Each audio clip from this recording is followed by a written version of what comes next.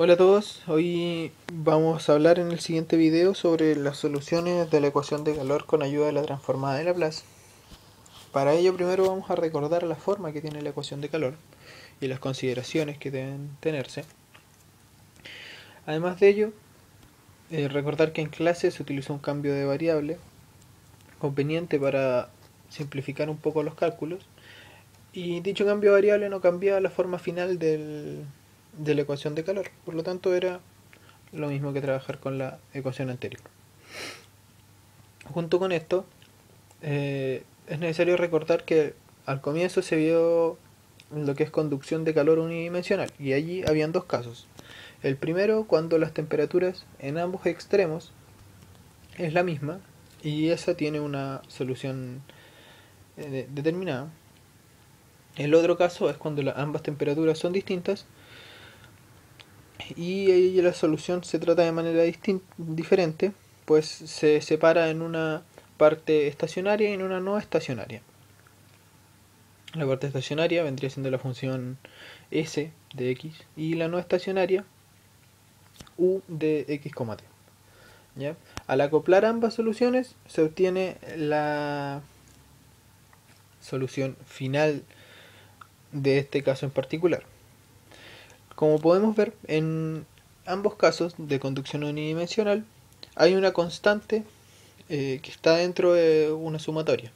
Dicha constante se obtiene mediante cálculos de ortogonalidad y tiene la forma que vemos en pantalla. Ya. Eh, Ahora, finalizando con ese repaso, vamos a pasar a la parte que nos interesa, que es eh, las soluciones ayudadas de la transformada de Laplace. Primero, bueno, recordar que la transformada de Laplace es una transformada que pasa o nos mueve desde una función dependiente de t a una función dependiente de s. Y de esta transformada de Laplace ahora vamos a utilizar dos transformadas que son las que vemos en pantalla. ¿Ya? Junto con ello, bueno, se realiza un cambio de variable conveniente y se vuelve a resolver la ecuación de calor y da una nueva ecuación de calor ahora con Laplace que tiene la solución que vemos en pantalla. ¿Ya? Junto con esto, bueno, las ambas constantes de la solución se van a determinar mediante las condiciones de borde. Van a variar según la condición de borde que tenga el problema. Aquí también tenemos dos casos. El primero es cuando hay un flujo de calor transiente. ¿Qué es esto? Un flujo de calor que al comienzo eh, está es un flujo de calor que varía en el tiempo, básicamente eso. Y con ello tenemos dos condiciones de borde. La primera es que la temperatura en el tiempo igual 0 es T0, en este caso TI, como se puede ver en la imagen. Y para T mayor que 0, o sea, cuando el tiempo es mayor a 0, en el extremo la temperatura es una T sub P o una temperatura de perturbación, que le podríamos llamar. ¿Ya? Primero, una vez que tenemos esas condiciones de borde, realizamos de nuevo el cambio a teta y obtenemos un teta que vendría siendo teta perturbación, el teta sub p. Al aplicarle transformada de Laplace a esa condición teta, obtenemos que su transformada es teta p dividida en s. Esa es su transformada de Laplace. Con esto y con las soluciones anteriores obtenemos que el C1 es 0 y el C2 es teta sub p partida en S.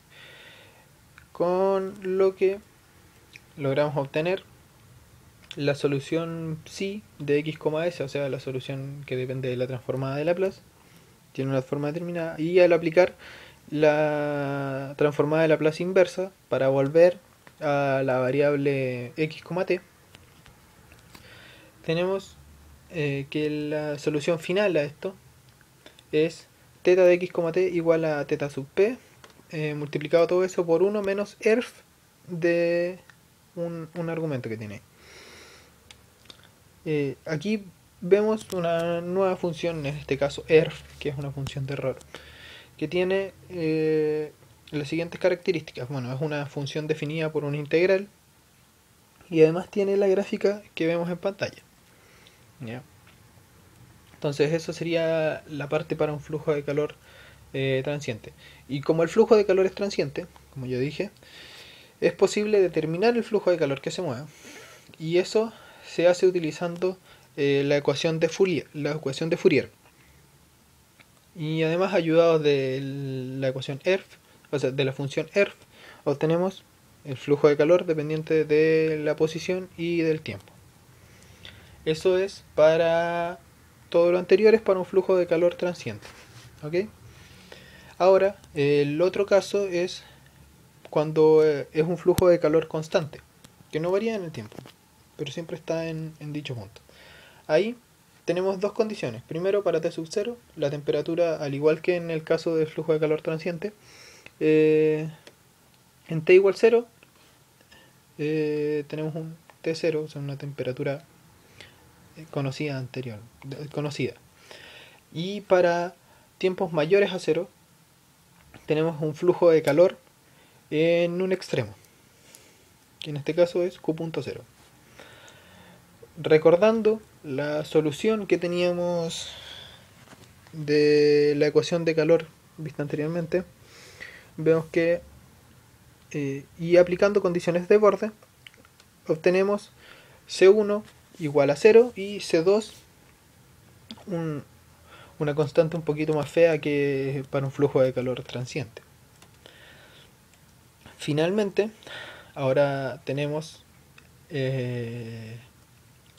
hacemos el mismo paso que para el flujo de calor transiente, solamente que reemplazando nuestra nueva constante 2 y aplicando transformada inversa,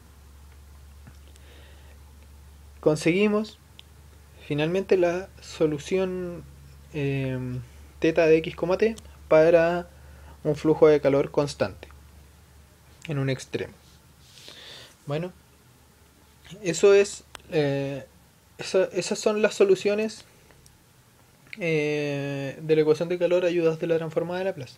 Ahora vamos a ver un ejercicio en el cual podemos aplicar, en este caso, flujo de calor transiente. En este ejercicio se aplica flujo de calor transiente.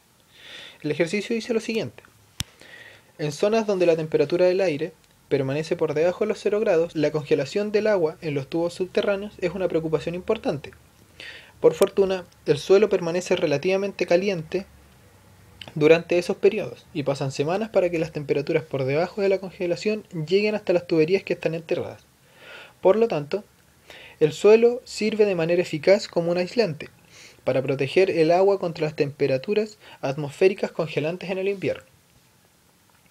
En un lugar en particular, el piso está cubierto con una capa de nieve a menos 8 grados Celsius durante un periodo continuo de 60 días.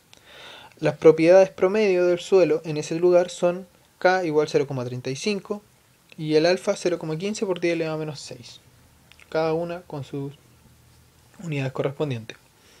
Si se supone una temperatura inicial uniforme para el suelo de 8 grados Celsius, piden determinar la profundidad mínima de entierro de las tuberías para impedir que los tubos de agua se congelen. O sea, el problema, en resumidas cuentas, es que en el exterior se tienen muy bajas temperaturas y deben enterrarse las tuberías para que éstas no se congelen y pueda haber siempre agua fluyendo hacia las casas, por dar un caso. ¿Ya? Utilizando los datos dados, podemos ver que el dibujo es más o menos el que se ve en pantalla, donde está la superficie a menos 8 grados Celsius, o sea, el ambiente exterior a menos 8 grados Celsius, la tierra por debajo está a una temperatura constante inicial de 8 grados Celsius, y más abajo se ve la cañería que estamos intentando calcular la distancia a la cual debe estar para que no se congele el agua que circula por dentro de ella. Las condiciones en este caso son nuestro T0 que podríamos llamar, es 8 grados Celsius. Esta es la condición para cuando el tiempo es, o sea, en t igual 0. Ahora, cuando tenemos t mayor a 0 y la posición es exactamente el cambio entre el fluido y el sólido, vamos a llamarlo así, es ese menos 8 grados Celsius, que es la parte de afuera. Recordar que utilizamos el cambio de variable θ sub p, y en este caso θ sub p es igual a menos 16 grados Celsius. Ya. Con esto pasamos y recordamos que la solución para este flujo de calor, que es transiente, como vimos como ya les dije, debido a que el periodo es continuo de aproximadamente 60 días, determinamos el tiempo. En esos 60 días tenemos que traspasarlo a segundos y nos da muchos segundos, son alrededor de 5.1, 5.2 aproximadamente por 10 elevado a 6 segundos. ¿Ya? Con ello ya tenemos prácticamente todos los datos necesarios para resolver el problema. Utilizando esto, teniendo lo anterior, pasamos dividiendo el θ sub p y nos queda el θ sub x de t. En este caso queremos evitar que se congele, por lo tanto nuestra temperatura a la cual debe llegar después de los 60 días debe ser a lo más 0 grados Celsius. Y con ello despejamos ERF, y tenemos que ERF tiene que ser igual a 0,5. De la gráfica que mostramos anteriormente, vemos que ERF toma el valor 0,5 cuando su argumento es igual a aproximadamente 0,477. Dejémoslo en 477. 0,477. Despejando el argumento de ERF, tenemos que x partido en 1.764, que es el valor que se obtiene después de reemplazar el alfa, el tiempo, la parte inferior. Finalmente logramos calcular que x tiene que ser igual a 0,84 metros. ¿Qué quiere decir esto? Bueno, que para que nuestra cañería de agua no se congele después de pasados 60 días, manteniendo las temperaturas que nos daban en el problema, la cañería debiera estar alrededor de 0,84 metros bajo tierra para que no se congele el agua en su interior. Y bueno, eso sería todo de este video. Espero les haya servido y hasta luego.